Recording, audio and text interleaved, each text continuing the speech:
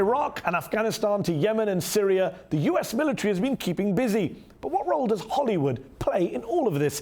Is it a tool of Pentagon propaganda? And has the demonization of Muslims, and especially Arabs on the big screen and small, helped normalize, justify even, US military interventions in the Middle East? Joining me to discuss this today are Heba Amin, a visual artist and researcher based in Berlin, who shot to fame in 2015 after drawing subversive graffiti on the set of the US TV series Homeland, and Dr. Roger Stahl, an associate professor at the University of Georgia, whose book and documentary Militainment, Inc.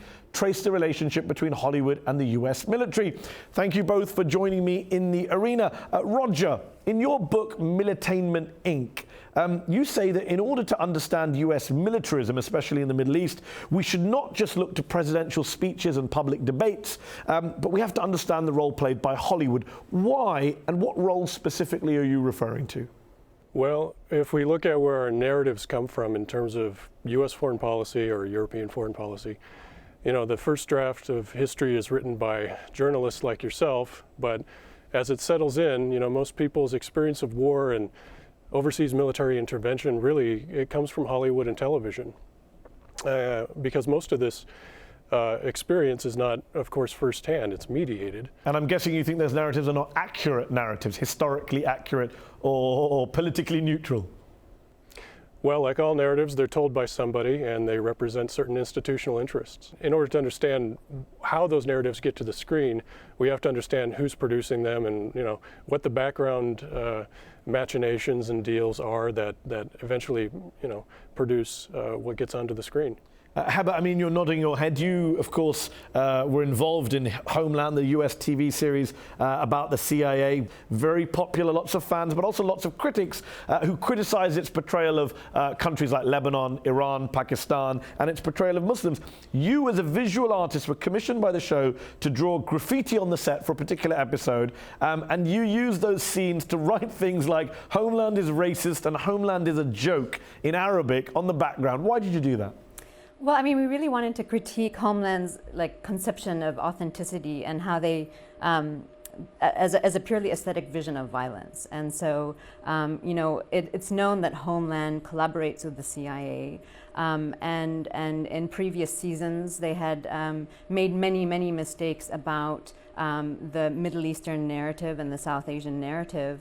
A show like Homeland really approaches culture as set decoration. And so Homeland, of course, whose show actually takes place in the Middle East, doesn't do the thorough research and doesn't have a deep understanding of what those narratives are in the Middle East, and as a result has made many faux pas and many very kind of grievous mistakes about political narratives that in turn affect the people who live there. Roger, in CIA-related shows like Homeland, 24 and others, what's driving some of those simplistic, Heba talks about simplistic narratives, sweeping narratives? We see it happen with Muslim communities when we're talking about the war on terror. We see it happen with Latin Americans when you're watching shows or movies about the war on drugs. Is Hollywood producing content like this simply out of sheer ignorance? Or is this a deliberate decision by producers and studios to work with the US government, to collude maybe with the Pentagon or the State Department or various security agencies? To the extent that the CIA or other intelligence agencies have their fingers in the production of these shows, they're looking to legitimate their operations. They're trying to address controversial issues. They're trying to secure congressional funding for the future.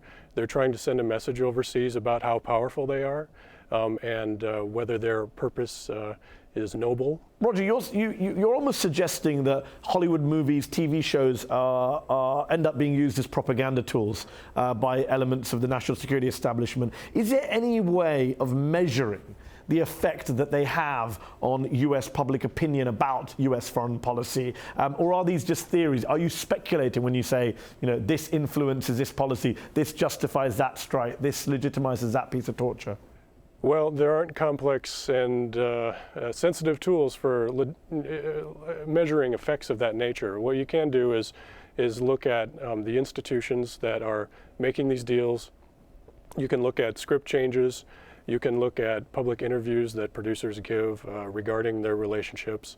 And you can look at how the narrative of officially sponsored films and television shows changes over time. And it's fairly consistent. I mean, if you look at CIA-sponsored productions like 24, like Zero Dark 30, and Homeland, I mean, you just mentioned the subject of torture.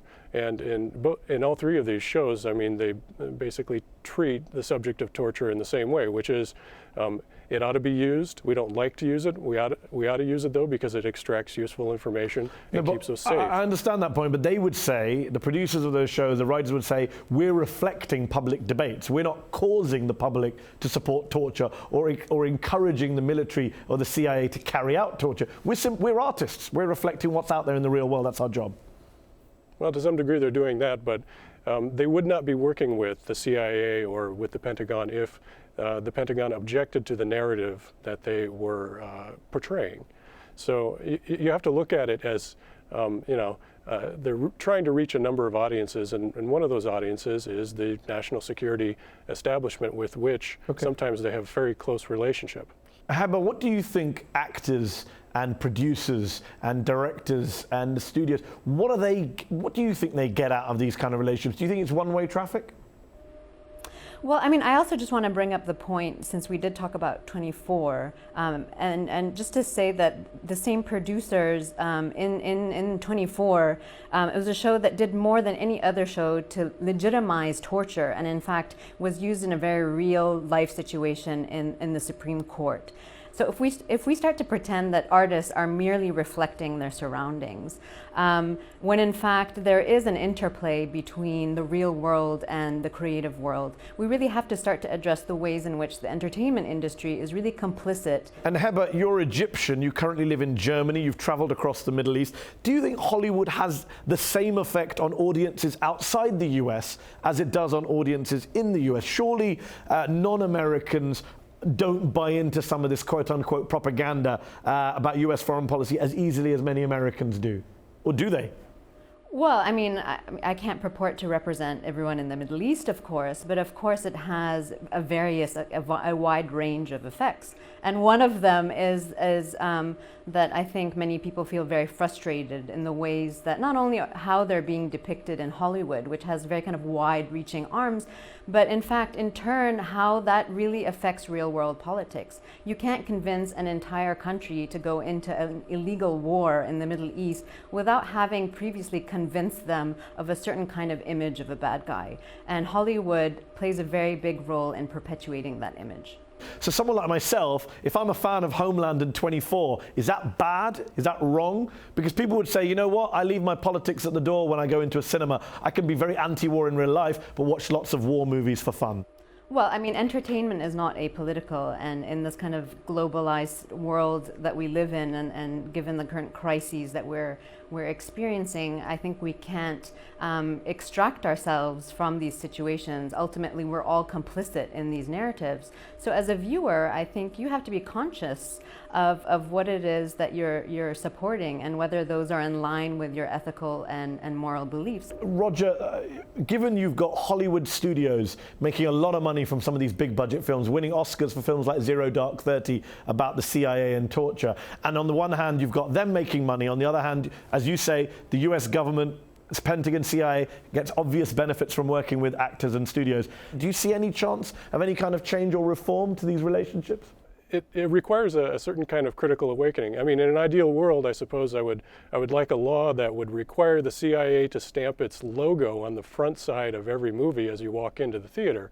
But short of that, we have to do a lot of critical work in order to understand that these relationships exist. Roger Stahl, Heba Amin, we'll have to leave it there. Thank you both for joining me for this fascinating, very important conversation. That's our show. UpFront will be back next week.